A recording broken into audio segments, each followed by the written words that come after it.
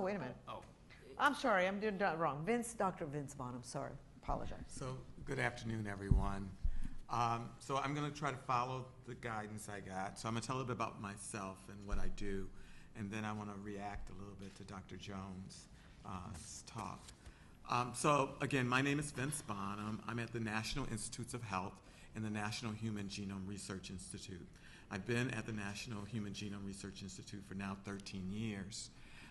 My role at the Institute is in two areas. One, I am in the office of the director of the Institute, so I work directly for Dr. Eric Green, our Institute director, where I lead our Health Disparities and Minority Health program for the Institute. So thinking about and influencing what our Institute is doing around health disparities and minority health, and I'll talk to you a little bit about that. My other role is I'm an investigator, a researcher in our social and behavioral research branch in the intramural research program, where I conduct my own research and train postdocs and postbacks within my lab. So my work with regards to our Office of Director and what our Institute is doing around health disparities and thinking about the issues of genomics and health disparities is really focusing on two very specific areas. One is around who is making the decisions with regards to the research questions study. And a major part of that is who are the researchers and making sure that there's diversity of the researchers within the genomics population to help to frame the research and to analyze the research and to present and disseminate the results. So we're involved in a variety of activities to help to enhance the diversity of the genomics research community and strategies to do that at both the undergraduate, graduate, and the postdoc level. How can we increase the number of actual genomics researchers who are involved in framing the questions? I was pleased yesterday to be involved and moderate the morning session. And part of that morning session was to bring to you and to bring young scientists to this meeting. There were 5 women scientists who are in the space of genomics research. 4 of them were of color, and that was very intentional to bring exposure for them and bring exposure to you as they continue and start their career in the field of genomics. So we have an obligation as an institute, and the National Institutes of Health has an obligation to increase the diversity of scientists that are thinking about the research questions of importance to improving the health of all. The second area of work that we're doing within the Office of Director is the actual application of what type of research we fund. And there's 2 examples I want to give you related to issues of health disparities and health equity. One is we currently have on the street a grant application that's called CSER2. It's Centers for Integration and Evaluation of Sequencing. And it's basically to see how genomic sequencing will come to the clinic. But this CSER2 initiative is focused on getting outside of the traditional academic health centers and looking at communities across our country and looking at patients that are from rural areas, that are poor, and are racial and ethnic minority, and the questions with regards to the integration of sequencing in their clinical care. Would it be valuable? What are the challenges? What are the barriers? So this initiative that we have right now is requiring all researchers who apply to meet minimum standards with regards to the diversity of their patient populations. An example of moving down the road the participation and engagement and the diversity of populations in the research that we're doing. The other area that I would identify is our institute focuses on ethical, legal, and social issues related to genomics research, thinking about the questions of integration, thinking about the bioethics questions, and one of the areas of importance to this there is related to the specific issue of access, issues of health equity, the differences with regards to stigma, the variety of ethical important issues that really are both a legacy of the history of genetics and eugenics, but also how do we go forward with new technologies. So that is part of the work that I do at the National Human Genome Research Institute. But my other role is a researcher and training the next generation. And my research is in two areas. One area of my research is around sickle cell disease. Sickle cell disease was one of the first molecular diseases that was identified. Today, there's only one therapeutic that's been approved by the FDA for this disease. This disease has a significant burden on the populations within this country and across the world. And I see it as an example of a disease where there is a need for equity on how we use genomic technology, how we understand the disease to improve the health of all. So I do research in that area. The second area of research I do that's really built on my whole career as a researcher is studying how physicians and healthcare providers think about difference. So this gets back to the issue of race and thinking about the moths. How do the doctors think about the moths? How do doctors think about their patients? As you come in and you see your provider seeking to provide the best care for you, are they making decisions that are based on good judgment, or are they making decisions that are based on biases and stereotypes? And how do they make decisions? So I study doctors, I study nurse practitioners with regards to how they think about genetic variation, race, and difference. So that's my research. So now let me talk about Dr. Jones. So I want to add one additional area around barriers to achieving health equity that I think that we should all explore. And that's the issue of the failure to create integrated teams to address health equity.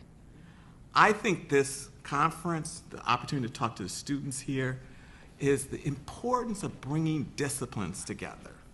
People with different views as they look at the problem, and to study the problem together in multidisciplinary teams and transdisciplinary teams creating new science. And so I think that's an area to address the barriers with regards to health equity. So I would add that to your list. But I'm going to end my comments on a story from last night.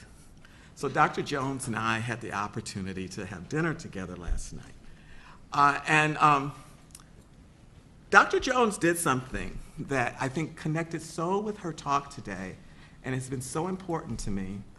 And then there was a waitress that made a decision. So we had dinner, and we got to the end of our dinner, and we hadn't finished all our dinner. Dr. Jones hadn't finished all her dinner. So she asked to have it boxed up. And, but she really, was like, I'm not gonna, there's nowhere to put it in a microwave, there's no, but I'm gonna have this boxed up. And she said to the waitress, I'm gonna box this up. I've seen a number of people on the street, so I'm just gonna box it up. Maybe there will be somebody as I'm going back to my hotel that I can give it to. Just very matter of fact, made this statement. And then the waitress said, I'm gonna add some bread, and I'm gonna add to this box. And she did, and she added to the box, to the bag. And Kamar and I walked out of the restaurant and walked down the street. And there was a gentleman that was sitting there, and he started talking to us, and we started talking to him. And she said, do you know somebody who could use this? And she said, yes, I could. And I guess I want to go back to this action and this issue of taking action. That both that waitress and Dr. Jones took an action. But the waitress went farther and added the additional things to the bag. And I think that's our obligation as we think about racism and health inequities in our country, of how we don't know who we're going to help and who is going to be important in helping to make that next step. Thank you all. May I? Yes. So, at least three, probably all of you guys in the comments have talked about a strategy which I describe as breaking through bubbles. So, I didn't go through my strategies for achieving health equity. I said I'm going to come back to that later. But what you guys have picked up on, exposing the students to real food need, getting your staff out into communities, even having people imagine and then go check out their presumptions. I think that most people, all of us in this room, operate in our bubbles of our work and our church maybe and our neighborhood and stuff. Some of the bubbles are thin soap bubbles, and some of them are real thick plexiglass bubbles, right? But all of us have our bubbles, and so that most of us don't know that just across town there are people who are just as kind and funny and generous and hardworking and smart as we are, but who live in very different circumstances. So I've often talked about the importance of breaking through bubbles individually and creating opportunities for your students or your staff or whatever to break through bubbles so that we can develop a sense of sharedness, that we're in this together and all of that, because right now people really don't know. As you said, people really don't know about the very different circumstances of other people's lives. And to the extent that they can experience that common humanity in very different settings, and they might become more invested. You know, I had the opportunity to actually deliver 2 commencement addresses this May, and in both of them I decided that the end message, after sharing some of my stories, was about stories, and that what we need to do is be interested in the stories of others. Then we need to believe the stories of others, and then we need to join in the stories of others. And although I haven't done this before, I want to put us back in the dual reality restaurant. So to be interested in the stories of others might be to wonder. Now some people say, well, if it's nighttime, you might not even see that there are people outside. So that's part of the bubbleness. But to wonder why more people aren't coming in, for example, and to actually go to the door, maybe open it up and walk outside, or say, oh, there's a sign here, and look, you know. But so to be interested in the stories of others is you guys creating opportunities to break through bubbles, right? Then to believe the stories of others is to understand that somebody can be feet away from you, but on the other side of a sign, you guys could be in the same room, same thing could happen, and you could experience it very differently. So instead of saying, oh, that didn't really happen, or you have a chip on your shoulder, or whatever, to really believe the stories, the lived experiences of others, and then to join in the stories of others, which for you, you know, it's breaking through bubbles to create these opportunities for your staff, for students, for yourself. Maybe it's creating the opportunity for, you know, a public school and a private school in the same neighborhood or across town to have the same, to share 7th grade science resources.